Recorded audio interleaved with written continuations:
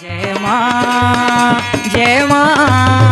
गुरुवर गुरुवर जय मां गुरुवर गुरुवर।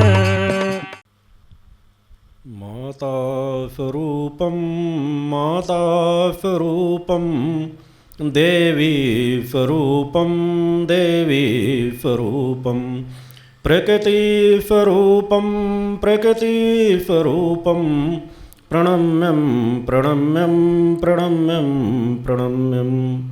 बोल माता आदिशक्ति जगजननी जगदमाते की। आज इन क्षणों पर नवरात्रि के अष्टमी तिथि की अति महत्वपूर्ण क्षणों पर इस शक्ति चेतना जन जागरण शिविर में सम्मिलित होने आए अपने समस्त चेतनांशों, माँ के भक्तों, श्रद्धालुओं एवं समस्त कार्यकर्ताओं को अपने हृदय में धारण करता हुआ माता आदि शक्ति जगजननी जगदम्बा का पूर्ण आशीर्वाद प्राप्त करता हुआ अपना पूर्ण आशीर्वाद आप समस्त लोगों को समर्पित करता हूँ।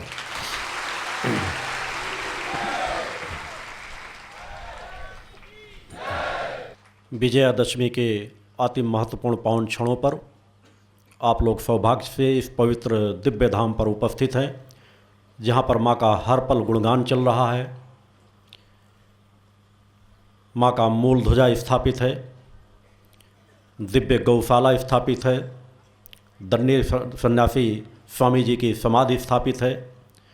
वह अनेकों दिव्य शक्तियाँ जिनका मैं हर पल आवाहन चिंतन इस स्थान के लिए करता रहता हूँ, वह सभी शक्तियाँ हर पल यहाँ आशीर्वाद की वर्षा करती रहती हैं, कृपा की वर्षा करती रहती हैं। उन पवित्र क्षणों पर, उन पवित्र स्थल पर हम आप सभी उपस्थित हैं।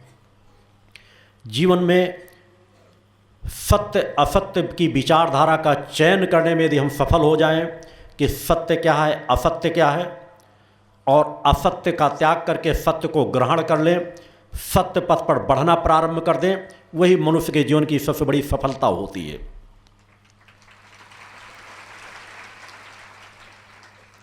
मानव जीवन के दिशा को उच्चता की ओर ले जाने पर यदि मनुष्य अपने जीवन में अपने जीवन रूपी रथ के पहियों को भक्ति और तप से जोड़ दें कि मेरा जीवन रूपी रथ जो चल रहा है, इसमें जो पहिए हैं वो भक्ति और तप के हैं, और अगर भक्ति तप में कोई भी एक टूट जाएगा तो मेरे जीवन का रथ आगे नहीं बढ़ पाएगा।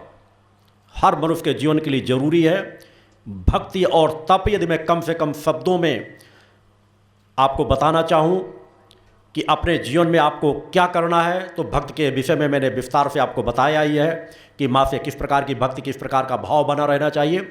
मगर भाव ही हमें जीवन की पूर्णता की ओर नहीं पहुँचा सकते, क्योंकि भक्त जब तक तपस्वी नहीं होता तब तक उसकी सच्ची भक्ति हो ही नहीं सकती। भक्ति का तात्पर्य है सेवक बनना, दास बनना, और सेवक दास को हमेशा तपस्वी होना चाहिए, कर्मयोगी होना चाहिए कि कुछ भी कर गुजरने के लिए हर पल तत्पर हो। तपस्वी वही होता है, चाहे हमारे लिए साधना हो, चाहे सेवा हो, चाहे परोपकार हो, पूरी तन्मयता से करें। यदि आपका शरीर ही अवगुणों से भरा रहे तो आप भक्ति कर ही नहीं सकोगे। इन अवगुणों को दूर करने के लिए तप और भक्ति को एक साथ लेकर चलना पड़ता है। ये नहीं पहले तप कर लेंगे फिर भक्ति करेंगे, या पहले भक्ति कर लें फिर तप कर लें। भक्ति तो आपके साथ प्रारंभ से ही जुड़ी होनी चाहिए, भक्ति ही लक्ष्य है आपका। मगर तप करते हुए, कर्म करते हुए, तपस्वी बनते हुए कि नित्य की साधनाओं में कभी भी हिचक मत करें, आलस्य मत करें, जड़ता मत आने दें। नित्य प्रातः सूर्योदय से पहले उठें, आपका गुरु आपके कल्याण के लिए नित्य प्रातः 2:30 से 3 बजे के बीच, 3 बजे के पहले सदैव जगता है। जग करके अपना नित्य के क्रमों से, योग आदि के अन्य क्रमों की नित्य की साधना करने के बाद सूर्योदय के समय चालीसा भवन में चालीसा पाठ में आता है। आज 25 साल से मेरे साथ शिष्य मेरे साथ रह रहे हैं, सब देख रहे हैं मेरी यात्रा को। एक दिन का भी फर्क नहीं पड़ा, चाहे मेरी तबीयत और स्वस्थ हो, चाहे जो कुछ हो, हर क्रम मेरा व्यवस्थित क्रम से चलता रहता है। आज तक मैंने कभी उसको विराम नहीं दिया। साधक का तात्पर्य यही है, तपस्वी बनना, इस नाशवान शरीर का भरपूर उपयोग कर लेना। और उपयोग करने के लिए सबसे पहले आपको तपस करना पड़ेगा। अगर हम नित्य की माँ की आराधना, मंत्र जाप परोपकार के लिए, सेवा कार्य, इन सब कार्य करने में ही जी चुराने लगेंगे तो आलस्य जड़ता हमारे अंदर समाहित होती रहेगी और धीरे धीरे हमारी भक्ति नष्ट हो जाएगी। अतः नित्य प्रति आप लोग साधना जो आपको बताई गई, साधना में उसको लगन, निष्ठा, विश्वास से करें। केवल सौदागर बन करके नहीं, एक भक्त बनकर, एक दास बन करके, कि नित्य प्रति एक मंत्र भी निरर्थक नहीं जाता, एक पल भी सात्विकता से गुजारा गया निरर्थक नहीं जाता। नित्य प्रति आप अपनी साधना करते रहें, वही साधनात्मक ऊर्जा आपके साथ जुड़ती चली जाती है। भक्ति, ज्ञान और आत्मशक्ति की आपकी मूल कामना बनी रहनी चाहिए। विकारों से आपको अपने आप को अलग करना है, नशे मांस से मुक्त चरित्रवान बनना है। ये साधक के धरातल हैं जिनको आपको मजबूत करना है कि नशे मांस से मुक्त चरित्रवान बने। धर्म रक्षा, राष्ट्र रक्षा, मानवता की सेवा, चूँकि हर मनुष्य पूछता हमारा कर्तव्य क्या, हम नहीं जानते कि हमें क्या करना है, नौकरी करना है, व्यवसाय करना है, क्या करना है, हमारा धर्म कर्म क्या है। उसी को मैंने विस्तार से बताया है कि आपका कर्म क्या है। हर मनुष्य का कर्म केवल 3 रास्तों से ही जुड़ा हुआ है। वह अपने धर्म की रक्षा करे, मानवता की सेवा करे और राष्ट्र के, जिस राष्ट्र में रह रहा है उस राष्ट्र की रक्षा के लिए अपना सर्वस्व समर्पण करने के लिए हर पल तत्पर रहे। जो भी मनुष्य आप दूसरी त्रिवेणी में स्नान कर सके न कर सके, इन 3 त्रिवेणी, धर्म रक्षा, राष्ट्र रक्षा, मानवता की त्रिवेणी में यदि आपने अपने जीवन को समाहित कर दिया तो समस्त त्रिवेणियों का लाभ आपको प्राप्त हो जाएगा। हर मनुष्य का कर्तव्य है, इस भूतल पर जन्म लेने वाले हर मनुष्य का कर्तव्य है और उसी कर्तव्य का ज्ञान कराने में आया हूं कि आप भक्ति, ज्ञान और आत्मशक्ति की कामना रखें, धर्म रक्षा, राष्ट्र रक्षा, मानवता की सेवा के लिए अपने आप को समर्पित करें। भक्ति मानव कल्याण संगठन, पंजोर शक्ति सिद्धाश्रम, भारतीय शक्ति चेतना पार्टी का गठन इसलिए किया गया है, इनकी एक लंबी यात्रा है।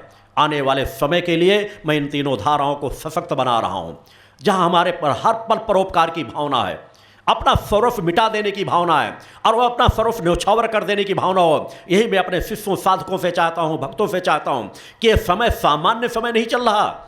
हो सकता है आज आपके जीवन में दुख तकलीफें न हो, मगर निश्चित मानो आज नहीं तो कल उन दुख तकलीफों के बीच आप भी घिरोगे। यह समाज इस समय पतन की चरम सीमाओं पर पहुंच चुका है। चारों तरफ अनीति, अन्याय, अधर्म का साम्राज्य हो चुका है। आज विजयदशमी पर्व पर अनेकों जगह पर रावण का दहन क्यों ना हो रहा हो। रावण के पुतले जलाने वाले उन रावणों से भी ज्यादा खतरनाक मानसिकता को लिए हुए हैं। जगह जगह रावण मिल जाएंगे, अधर्मी अन्यायों का साम्राज्य व्याप्त है, हर मनुष्य जानता है, पर इसे किस प्रकार से दूर करना, इस पर ध्यान नहीं देना चाहते। सब जगह अनीति, अन्याय, अधर्म फैला हुआ है। धर्म क्षेत्र को उठा के देख ले तो धर्म क्षेत्र में, समाज सेवा के क्षेत्र में उठा के देख ले तो समाज सेवा के क्षेत्र में, कि लोग केवल समाज सेवा की संस्थाएं बना बना करके केवल शासन प्रशासन पे पैसा लेती रहती हैं, दिखावे के लिए कार्य किए जाते हैं, कोई समाज सेवा नहीं होती। मीडिया में हाईलाइट किए रहना अपने आप को, समाज सेवा नाम की चीज नहीं। राजधर्म का कोई पालन नहीं कर रहा।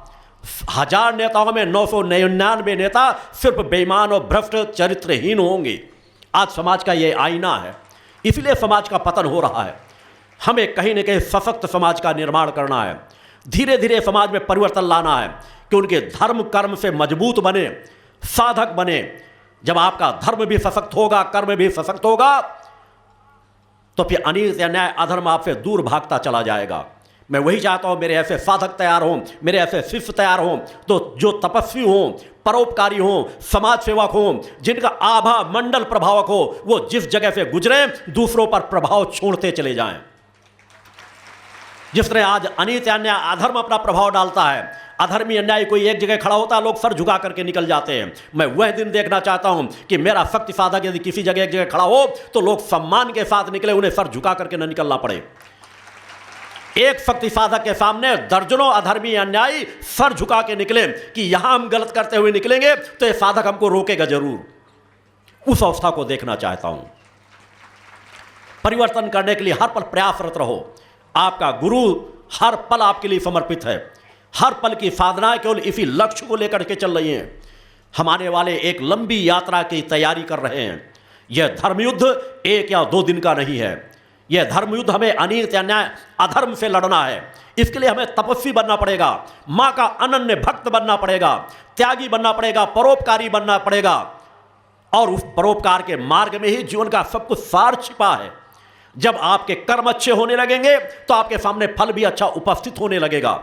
कोई परेशान होने की जरूरत नहीं। जीवन के जो भी संघर्ष हो, परम सत्ता के चरणों में निवेदन कर दो। हर एक के अंदर अलौकिक शक्ति, सामर्थ्य छिपी हुई है। आपके अंदर जो सामर्थ्य है उसका भरपूर उपयोग करो कि आप जीवन के किसी अंतिम पड़ाव पर जब आपका जीवन इस शरीर को त्यागने जा रहा हो तो आप प्रसन्न चित्त हो कि मैंने जीवन के एक एक पल का उपयोग किया है। मेरे पास जो सामर्थ्य थी उसकी मैंने चोरी नहीं की। मैंने अपने जीवन अपने परिवार के अलावा परोपकार के लिए भी सब कुछ लुटाया है। परिवार के लिए मैं अपने समय को मैंने दिया, अपने धन को मैंने दिया है, अपने शरीर को मैंने तपाया है, अपने शरीर को मैंने खपाया है परिवार के लिए, समाज के लिए। हर पल वह जब भाव आ जाए एक अलग ही तृप्ति, एक अलग ही आनंद मिलता है। यही तो हमारी मनुष्यता है कि मनुष्यता के हम गुणों को हासिल करें। हमारे जीवन में धैर्यता आ जाए, हमारे जीवन में शालीनता आ जाए, हमारे जीवन में विनम्रता आ जाए, हमारे जीवन में परोपकार की भावना आ जाए, हमारे जीवन में दया, ममता और करुणा समाहित हो जाए। इन गुणों से अपने आप को परिपूर्ण करो। यही तो माँ की सच्ची भक्ति है कि माँ जो आपसे चाहती है वह आप करना शुरू कर दो। आपको क्या देना है क्या नहीं देना वह परम सत्ता ज्यादा जानती है। तुम बहुत छोटी छोटी चीजें मांग रहे हो, परम सत्ता तो बहुत कुछ देना चाहती है।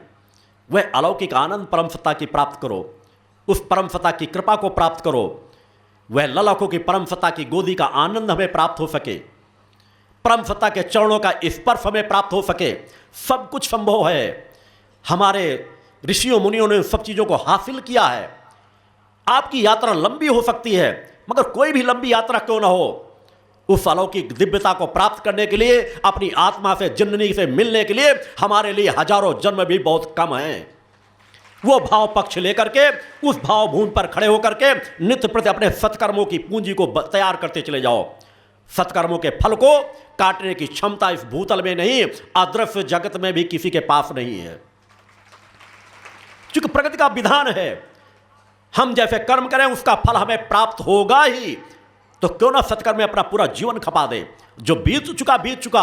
हमारे माता पिता ने क्या किया, हमने अब तक क्या किया, सब कुछ भुला करके हमें जहां से उस परम सत्ता ने वह द्वार खोल दिया है सत्कर्म का, परम सत्ता हमारा सहयोग कर रही है। केवल द्वार ही नहीं खोला, परम सत्ता हमें सहयोग कर रही है। परम सत्ता ने सेवक के रूप में आपके इस गुरु को आपके पास भेजा है, जो हर पल अपने जीवन को, अपने शरीर को आपके लिए तपा रहा है, हर पल आपके जीवन में समाहित हो जाना चाहता है, आपके हृदय में बैठ जाना चाहता है। उन हृदय के पटों को खोल दो, विकारों से मुक्त कर लो अपने आप को।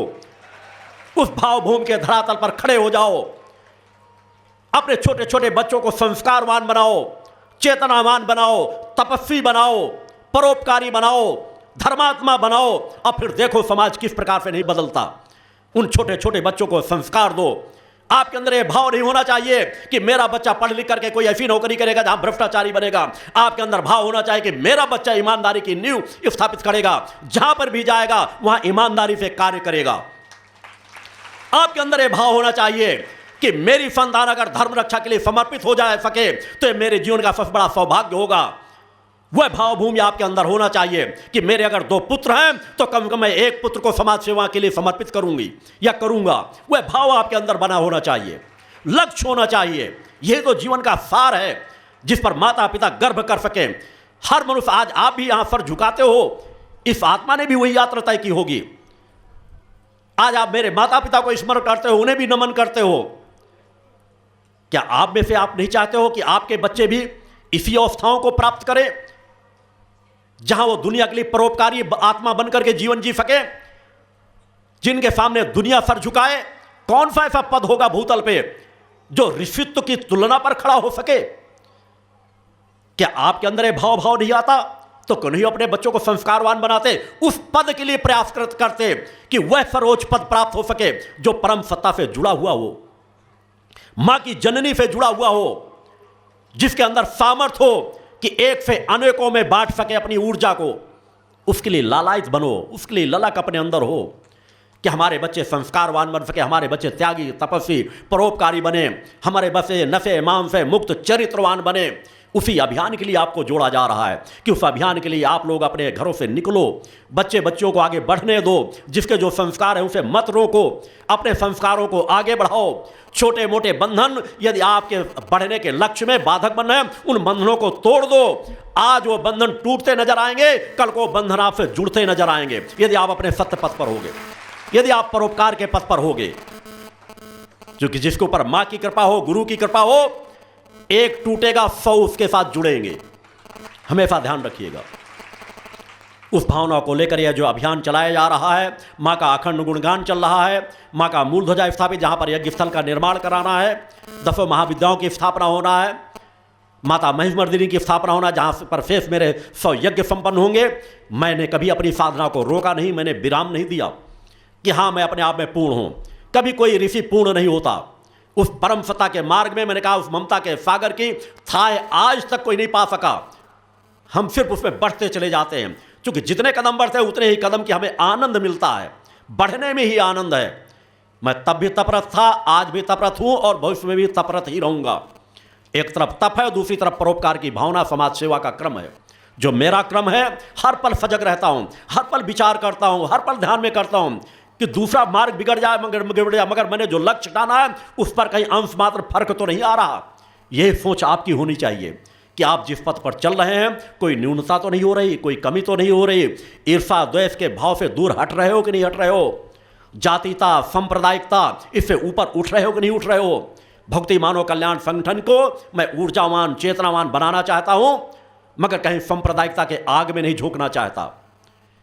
उनकी ऊर्जा को रचनात्मक दिशा में लगाना चाहता हूं। आज अनेकों ऐसी संस्थाएं बनी हुई हैं जो समाज में बिल्कुल विद्रोह की भावना बनाते हैं। मेरे लिए हिंदू, मुस्लिम, सिख, ईसाई सभी एक समान हैं, क्योंकि कोई भी धर्म अनीति अन्याय अधर्म नहीं सिखाता। जो अनीति अन्याय अधर्म कर रहे हैं वो ना हिंदू हो सकते हैं, ना मुस्लिम हो सकते हैं, ना सिख हो सकते हैं, ना ईसाई हो सकते हैं। अपराधी सिर्फ अपराधी होता है।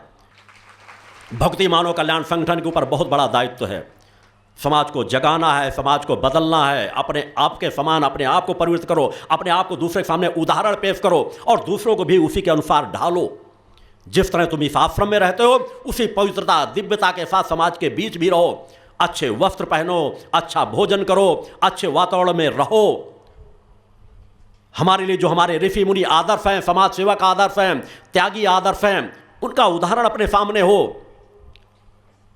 वीर पुरुष हैं, ऋषि पुरुष हैं, त्यागी हैं, तपस्वी हैं, बलिदानी हैं। हमारे धर्म में, हमारे समाज में एक से एक महापुरुष पड़े हुए हैं। उन्हें आदर्श मानो, उन आदर्शों को साक्षी मान करके अपने जीवन की आगे की यात्रा तय करो। अधर्मी अन्यायों के भटकाव में मत पड़ो। आपकी यात्रा अनेकों युवा वर्गों के अंदर, जिनके अंदर जोश होता, गुरु जी हम ऐसा करना चाहते हैं, प्रमुख पदाधिकारी रोकते हैं, अपनी शक्ति को और बढ़ाते रहो। मैं तुम्हारी सभी शक्तियों का उपयोग करूंगा। युवा हर पल मेरी निगाहों के सामने हैं, मगर तुम्हारा उपयोग मुझे कब कहां करना है यह समय के साथ मैं बताता जाऊंगा। दूसरे क्या कर रहे हैं उनको करने दो। तुम्हें धीरे धीरे करके जिस मार्ग में बढ़ाया जा रहा है, क्योंकि हमारी शक्ति हर पल रचनात्मक कार्यों में लगना चाहिए, उसी दिशा में समाज को बढ़ाया जा रहा है। हर पल परम सत्ता के भक्त बन करके बढ़ो। जातीयता, छुआछूत, सांप्रदायिकता इससे अलग रहो। चरित्रवान बनो। घर के वातावरण को पवित्र बनाओ। साफ सफाई, शुद्धता का ध्यान रखो। एक दूसरे के प्रति ईर्षा भाव न हो।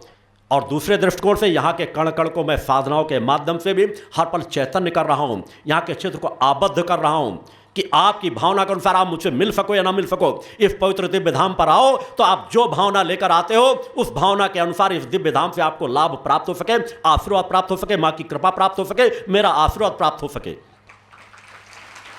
यह एक साधनात्मक स्थली के रूप में चैतन किया जा रहा है। इसलिए हर पल आपसे कहा जाता है मन को बहुत एकाग्र रखा करो। और ये निश्चित मान लेना, इस पवित्र धाम में आकर यदि आपके अंदर उच्चाटन हो रहा हो मन के अंदर, इसको गांठ मान लेना। अगर मन के अंदर उच्चाटन हो रहा हो, असंतुलन होने लगे कि नहीं हमारा तो यहाँ मन नहीं लग रहा, हमें यहाँ से जाना है, तो निश्चित मान लेना निकट भविष्य में कोई न कोई दुर्घटना, कोई न कोई हानि आपके घर परिवार या आपके साथ जुड़ी हुई है। क्योंकि इस स्थान को मैं आबद्ध ही कर रहा हूं अपनी चेतना तरंगों के माध्यम से। तो किस तरह का उच्चाटन हो रहा होगा, तो क्या हो रहा होगा, तो उसमें मन को थोड़ा और एकाग्र करना। मूल ध्वज में बैठ करके शांत से माँ के चरणों में निवेदन करना। अगर यहाँ के क्षणों का लाभ ले सकोगे तो घटनाएं टलेंगी। अनेकों इस तरह मेरे जब यज्ञ हुआ करते थे तो ऐसे अनेकों घटनाओं के साक्षीभूत हैं। कमले गुप्ता जी से अनेकों लोग जब मुझे बताया कि वो व्यक्ति कह रहा है मेरा ऐसा मन हो रहा था, मैंने कहा निश्चित निकट भविष्य में ऐसा कुछ होने वाला, और वैसी घटनाएं होती थी। अतः यहाँ के वातावरण तो उससे मैं कई गुना ज़्यादा चेतन कर रहा हूँ। इस स्थान पर तो 100 से महाशक्ति यज्ञ होने हैं। अतः आप एक हर पल साधक की प्रवृत्ति बनी रहे, संतुलन का जीवन बना रहे। साधनात्मक पथ में बढ़ने के लिए बहुत कुछ ज्ञान की जरूरत। मैंने पिछले चिंतनों में ऐसा कोई पक्ष नहीं बचा, ऐसा कोई क्रम नहीं बना जिस क्षेत्र के विषय में मैंने साधनात्मक चिंतन विचार न दिए हों। आवश्यकता है आपको धैर्यवान बनने की, धर्मवान बनने की, कर्मवान बनने की। अगर यह बनने में आप सफल हो गए, आपको अपने शिष्यत्व में डूबने की जरूरत है। आपको कोई नहीं छल सकता, कोई नहीं ठग सकता। आप अपनी गहराई में डूबते चले जाओ। आप नशे माम से मुक्त बनो, आप चरित्रवान बनो, आप तपस्वी बनो, आप माँ की आराधना करो, आप माँ की भक्ति करो, आप शिष्यत्व की गहराई में डूबते चले जाओ। उसके फल को कौन छोड़ सकेगा? अगर आपका गुरु भी ना देना चाहेगा तो प्रकट देवता देने के लिए आने की बाध्य कर देगी आपके गुरु को।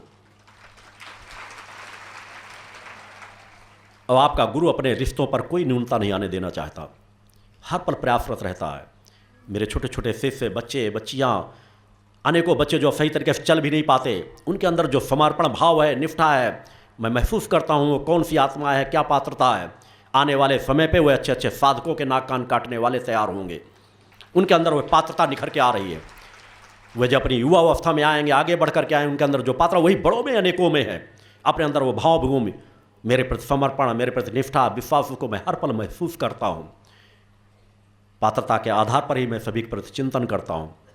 मेरा एक पल भी बेकार नहीं जाता। मैं कहीं पर भी हूँ, किसी जगह पे हूँ, एक साथ मेरे कई क्षेत्रों में चिंतन चलते रहते हैं।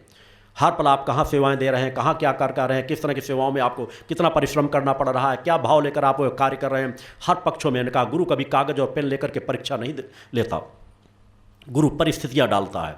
और शिष्यों को हर परीक्षा, प्रतीक्षा और परीक्षा दोनों के लिए तैयार होना चाहिए। प्रतीक्षा के लिए सबरी जैसा चिंतन हो, परीक्षा के लिए राजा हरिश्चंद्र जैसा विचार हो कि जीवन में अगर सर्वस्व त्यागना पड़े तो हमारे लिए वही हमारे लिए कल्याणकारी है। उस भावभूमि के धरातल पर खड़े हो, आपका कल्याण होगा। बहुत से सरल यहाँ की यात्रा बताई गई है। भक्ति मानव कल्याण संगठन की विचारधारा बताई गई है कि 3 धाराओं पर दृढ़ता से समर्पित हो। दृढ़ता से अपने बच्चों को समर्पित कराओ, अपने परिवार को समर्पित कराओ। अगर आपके परिवार में कोई नफ़ा करता है उसे नफ़ा छुड़ाओ। आश्रम में एक बार में नहीं छोड़ता, 2 बार लिवा लाओ। 99% लोग, 90% लोग तो एक बार में ही नफ़ा मुक्त हो जाते हैं। अगर कोई गलती करता है तो दोबारा लिवा के लाया जा सकता है। मैं शिविरों के अलावा 10-15 दिन बाद हर एक से मिलता हूँ, बाद में मुझसे मिलाया भी जा सकता है। मेरे द्वारा भी समझा के लोगों को नशा मुक्त कराने के लिए प्रयास किया जाता है और 99% लोग नशा मुक्त होते हैं। इस पवित्र दिव्य धाम का प्रभाव कुछ ही है। मैं खुद साधनारत रहता हूँ अनेकों क्षेत्रों से, जिनको कोई लिवा के नहीं लाते, बढ़कर कहते गुरु जी हम आपके आश्रम में नशा छोड़ने आए हैं। किसने बताया है? बस कहीं से हमने सुना था, हमारे अंदर इच्छा जागृत हुई कि हम आश्रम में जाकर के वही गुरुवर के सामने जाकर हम नशा मुक्त हो जाएं। अनेकों लोग आते हैं, आप यहाँ पर रहकर देखें, नित्य प्रति आने वालों की भीड़, लाइन लगी रहती है और नशा मुक्त होके जाते हैं। तो आपकी साधना, तपस्या, आपका जगह जगह गुणगान, मेरा यहाँ का साधना क्रम, आपके द्वारा जो किया जाने वाला शंखनाद, ये कभी निष्फल नहीं जाएगा। अतः अपने घरों पे सम्मान के साथ माँ का ध्वज टंगाओ, रक्षा कवच धारण करो, रक्षा रुमाल अपने पास रखो, यहाँ की विचारधारा को धारण करो। आपके पास शंख होना चाहिए, आपके घरों में शंख की ध्वनि हो, उससे घरों में पवित्रता बनी रहेगी। सामूहिक जो आप करते हो जन कल्याण की भावना को लेकर के, तो उसका प्रभाव वातावरण में पड़ता है। राग, ईर्षा, द्वेष से अलग रहो, छुआछूत से अपने आप को अलग रखो। सांप्रदायिकता के आग में कभी अपने आप को मत बढ़ाना।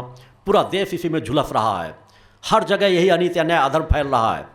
एक देश दूसरे पर आक्रमण करना चाहता है, हर देश के अंदर अंतर कलह बनी हुई है, सब अधिकांश लोग आपराधिक मार्ग में जाना चाहते हैं। तो धीरे धीरे फिर से अपने आप को अलग ला रहा हो। चूँकि भक्ति मानव कल्याण संगठन की विचारधारा के विषय में बहुत कुछ बताया जा चुका है, संगठन के बारे में बताया जा चुका है, मेरे चिंतनों के माध्यम बताया जा चुका है। आज विजयदशमी पर्व है, चूँकि समय जो कुछ उसी समय के आधार पर मैं चाहूँगा कि आज सायंकाल की आरती निर्धारित समय पर भी हो। तो सभी चिंतन आपको दिए गए हैं। आपको अपने जीवन को बदलना है, आपको अपने जीवन में सेवा भाव केवल पैदा कर लेना है। जब भी कभी आया करें, मूल ध्वज में माँ के चरणों पर प्रार्थना कर दें। जो भी अपनी समस्या हो, मेरा बराबर आशीर्वाद जुड़ा। मैं नित्य की साधना मूल ध्वज में जाके संकल्पित करता हूँ। कोई मुझसे मिल पाए न मिल पाए, अगर वो मूल ध्वज में आकर कोई प्रार्थना करता है तो माँ उसकी पात्रता के आधार पर मेरी साधनाएं समर्पित हैं। नित्य का मेरा जो एक संकल्प रहता है, उस विचारधारा को लेकर के चलो। पारसमणि अपने समान किसी को नहीं बना पाती, वो सिर्फ लोहे को सोना बनाती है। मगर आपके पास वह दिव्य मणि है कि आप अपने समान दूसरों को बना सकते हो। बस वही प्रयास करते रहो, चलते रहो, रुको मत। अकेले हो तब भी चल पड़ो, इंतजार मत करो। यह धर्म पथ है, इस पथ पर किसी का इंतजार करने लगोगे तो आपके भी पथ रुक जाएंगे, आप भी पैर रुक जाएंगे। आप आगे बढ़ते रहो, आवाहन करते रहो, जो चलते जाए उन्हें साथ लेकर आगे बढ़ते रहो। मगर कभी इस इंतजार में मत रुक जाना कि हम तो वहां अकेले हैं। हर व्यक्ति अकेला आया है, अकेला जाएगा। अकेले करने के लिए कर्म पथ पर बढ़ पड़ो। जब अकेले बढ़ पड़ोगे तो सैकड़ों का समूह आपके साथ जुड़ता चला जाएगा। अच्छा, उस दिशा में कार्य करना है। मैंने बार बार कहा कि पिछले कम से कम आश्रम की स्थापना के बाद से इधर, जब तक आश्रम की स्थापना नहीं हुई थी तब तो कुछ थोड़ा सा समय ज़्यादा मिल जाता था। आश्रम की स्थापना के समय से लेकर आज तक कभी मेरी 6 घंटे की नींद नहीं पूरी हुई। 11 वर्ष प्रारंभ के ऐसे निकले जिनमें 2.5 घंटे ही मात्र नींद पूरी होती थी। आप लोग कभी साल 6 महीने ऐसा गुजार करके देखो जब मात्र 2.5 घंटे से के आसपास ही नींद पूरी हो। मैंने जो कुछ जितना अचरम सीमाओं तक मेरे लिए ज़्यादा परेशान, मुझे साधनात्मक पक्ष को भी मजबूत रखना पड़ता है। ये दोनों बीचे बिल्कुल विपरीत हैं। इसलिए मेरे द्वारा अनेकों मंचों में कहा गया है, ऋषियों मुनियों ने अनेकों ने कहा है कि यदि अपनी चेतना को प्राप्त कर लो तो या तो हिमालय कंदराओं में चले जाओ, समाज के बीच रह करके जीवन नहीं जिया जा सकता, या तो शरीर का त्याग कर दो। बहुत कष्टदायी स्थितियां होती, दोनों से तालमेल बिठाना। एक तरफ बाहर की स्थितियां और दूसरी तरफ तुरंत अपने शरीर को दूसरी तरह उपयोग करना और ध्यान के क्रमों में भी उनका उपयोग लेना। मगर फिर भी उन तकलीफों को सहता हुआ, क्योंकि मैं अपने जीवन को खपाने के लिए आया हूं जितना समय रहता है। आज कुछ पिछले 1-2 वर्षों से मैंने उसे 2.5 घंटे से बढ़ाकर 3-3.5 घंटे किया है। 4 घंटे तक भी नहीं पहुंच पाता कहीं क्रम। आपसे चाहता हूं कि आप 6 घंटे की नींद अवश्य लिया करें। आप सूर्योदय के पहले जग जाए। आपका गुरु भले चाहे जितने समय आपके पास है 4 बजे 5 बजे जगह, मगर मैं नहीं चाहता कि आप 3 बजे रात से जगें। यहाँ कार्यकर्ता आश्रम में है तो आश्रम में आप पूरी रात जगें, अच्छी बात है। पूरी रात जनजागरण करें, गुणगान करें माँ का। घरों में आप संतुलन से रहें। सूर्योदय से पहले जरूर जग जाएं। सूर्योदय से पहले अपने बच्चों को जगा दें। सूर्योदय से पहले स्नान अगर हो जाए तो और उत्तम होता है। सूर्योदय से पहले पूजन में बैठ जाए तो उससे उत्तम और कुछ नहीं हो सकता। इसके लिए धीरे धीरे प्रयास करें। अन्य सभी चीज़ों आपको बताया ही गया है, उन मार्गों में बढ़ने की जरूरत है। चूँकि क्षण आरती के क्रम का समय है, मैं चाहूँगा आरती के क्रम की दिशा की ओर बढ़ना। अतः इन्हीं शब्दों के साथ आपके 3 दिनों की दिव्य आरतियाँ, 3 दिनों के शिविर का लाभ, यहाँ तक आपके आने का एक एक क्षण का भरपूर परमसत्ता की कृपा के रूप में मेरे आशीर्वाद के रूप में आपको मेरा पूर्ण आशीर्वाद प्रदान किया जाता है। बोल जगदम्बा माते की। या देवी सर्वभूतेषु शक्ति रूपेण संस्थिता, नमस्तस्यै नमस्तस्यै नमस्तस्यै नमो नमः। पंच ज्योति शक्ति तीर्थ सिद्धाश्रम, माँ की कृपा और गुरुदेव की अमृतवाणी का पावन संगम। एक ऐसी पवित्र भूमि जहाँ माँ भगवती की ज्योति हर दिल को रोशन करती है, जहाँ परमहंस योगीराज श्री शक्तिपुत्र जी महाराज के चरणों में बैठकर हर मन की पुकार सुनी जाती है। पंच ज्योति शक्ति तीर्थ सिद्धाश्रम, जहाँ हर कदम पर साधना, हर सांस में भक्ति और हर पल में जन कल्याण की सुगंध बिखरती है। आओ इस अलौकिक यात्रा में शामिल हो और देखो कैसे एक आश्रम ने करोड़ों जीवन को बदला। युगवंदनीय धर्म सम्राट, युग चेतना पुरुष सद्गुरुदेव परमहंस योगीराज श्री शक्तिपुत्र जी महाराज के पावन चरणों में कोटि कोटि नमन, वंदन और प्रणाम। उनकी कृपा से एक ऐसी पवित्र स्थली का सृजन हुआ जो तप, योग, ध्यान और साधना का स्वर्णिम केंद्र है। यह है मध्य प्रदेश के शहडोल जिले की ब्योहारी तहसील में बसा पंचज्योति शक्ति तीर्थ सिद्धाश्रम, जिसकी नींव परम पूज्य गुरुवर्श्री ने 23 जनवरी 1997 को रखी। तब से यहाँ माँ भगवती की अखंड ज्योति जल रही है और 15 अप्रैल 1997 से श्री दुर्गा चालीसा का अखंड पाठ अनंत काल तक जन जन के कल्याण के लिए गूंज रहा है। हर सुबह और हर शाम जब सूरज की किरणें और चांद की चांदनी सिद्धाश्रम को चूमती हैं, तब परम पूज्य गुरुदेव जी माता भगवती आदिशक्ति जगत जननी दुर्गा जी सहित सभी देवी देवताओं और सहायक शक्तियों की आरती करते हैं। इस पावन बेला में भक्तों के हृदय मां की भक्ति में डूब जाते हैं। मूल ध्वज साधना मंदिर में भी रोज सुबह शाम होने वाली आरती में भक्तों का समूह उमड़ता है। यहाँ हर मन की पीड़ा मिटती है, हर शरीर को शांति मिलती है और हर आत्मा को सुख, शांति व समृद्धि का आशीर्वाद प्राप्त होता है। परम पूज्य गुरुदेव की कृपा ऐसी कि वे रोज सुबह और शाम भक्तों से निःशुल्क मिलते हैं। माँ के भक्त और गुरुदेव के शिष्य अपने मन की बात उनके चरणों में रखते हैं और बदले में समाधान व आशीर्वाद पाते हैं। अब तक 1 करोड़ से ज्यादा भक्त गुरुदेव से मिलकर उनके मार्गदर्शन से जीवन की राह पा चुके हैं। गुरुदेव की वाणी ऐसी कि सुनते ही मन में संकल्प जागता है। उनके आशीर्वाद से करोड़ों लोग नशे और मांसाहार से मुक्त होकर चरित्रवान और चेतनावान जीवन जी रहे हैं। हर दिन सैकड़ों लोग नशा छोड़ने की प्रेरणा लेने सिद्धाश्रम धाम पहुंचते हैं। पूज्य गुरुदेव के 20 लाख से अधिक दीक्षा प्राप्त शिष्य आज के अधर्म और अन्याय के दौर में भी मां की ज्योति से अपने घरों को आलोकित करते हैं। वे साधनात्मक जीवन जीते हुए आत्म कल्याण और जन कल्याण के पथ पर चल रहे हैं। क्या यह चमत्कार नहीं?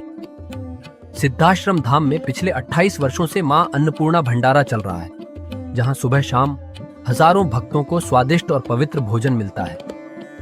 और सुनो, यहाँ ठहरने की व्यवस्था भी पूरी तरह निःशुल्क है। क्या ऐसी जगह कहीं और मिलेगी जहां हर सुविधा मां की कृपा से मुफ्त हो? सिद्धाश्रम धाम की पावन सरिता के तट पर बनी त्रिशक्ति गौशाला देखकर भक्तों का मन आनंद से भर जाता है। हर महीने शुक्ल पक्ष की अष्टमी को गौ सेवा समर्पण दिवस मनाया जाता है, जब परम पूज्य गुरुदेव और पूजनीय शक्तिमयी माता जी अपने हाथों से गायों को रोटी खिलाते हैं। यह दृश्य देखकर हर भक्त का हृदय गदगद हो उठता है। गौशाला के पास ही स्वामी श्री राम प्रसाद आश्रम जी महाराज की समाधि मन को शांति देती है, और पास ही दानवीर गुफा स्थल हर किसी को असीम शांति का अनुभव कराता है। हर साल शारदीय नवरात्र में सिद्धाश्रम धाम में शक्ति चेतना जनजागरण शिविर का भव्य आयोजन होता है। लाखों भक्त यहाँ योग, ध्यान और साधना सीखते हैं, गुरुदेव के चेतनात्मक चिंतन को सुनते हैं और मां की अलौकिक आरती का आनंद लेते हैं। मां की कृपा और गुरुदेव का आशीर्वाद पाकर हर भक्त धन्य हो उठता है। 23 जनवरी सिद्धाश्रम स्थापना दिवस एक और पावन अवसर है। इस दिन अखिल भारतीय सिद्धाश्रम दौड़ प्रतियोगिता, योग भारती सामूहिक विवाह और शाम को सुर संध्या व कवि सम्मेलन का आयोजन होता है। क्या मजा है जब भक्ति और संस्कृति का ऐसा संगम देखने को मिलता है। सिद्धाश्रम धाम का जनसंपर्क कार्यालय हर जानकारी का खजाना है। यहाँ से मासिक सिद्धाश्रम पत्रिका और साप्ताहिक संकल्प शक्ति अखबार मिलता है, जिसमें गुरुदेव की ऋषिवाणी और प्रेरक लेख पढ़ने को मिलते हैं।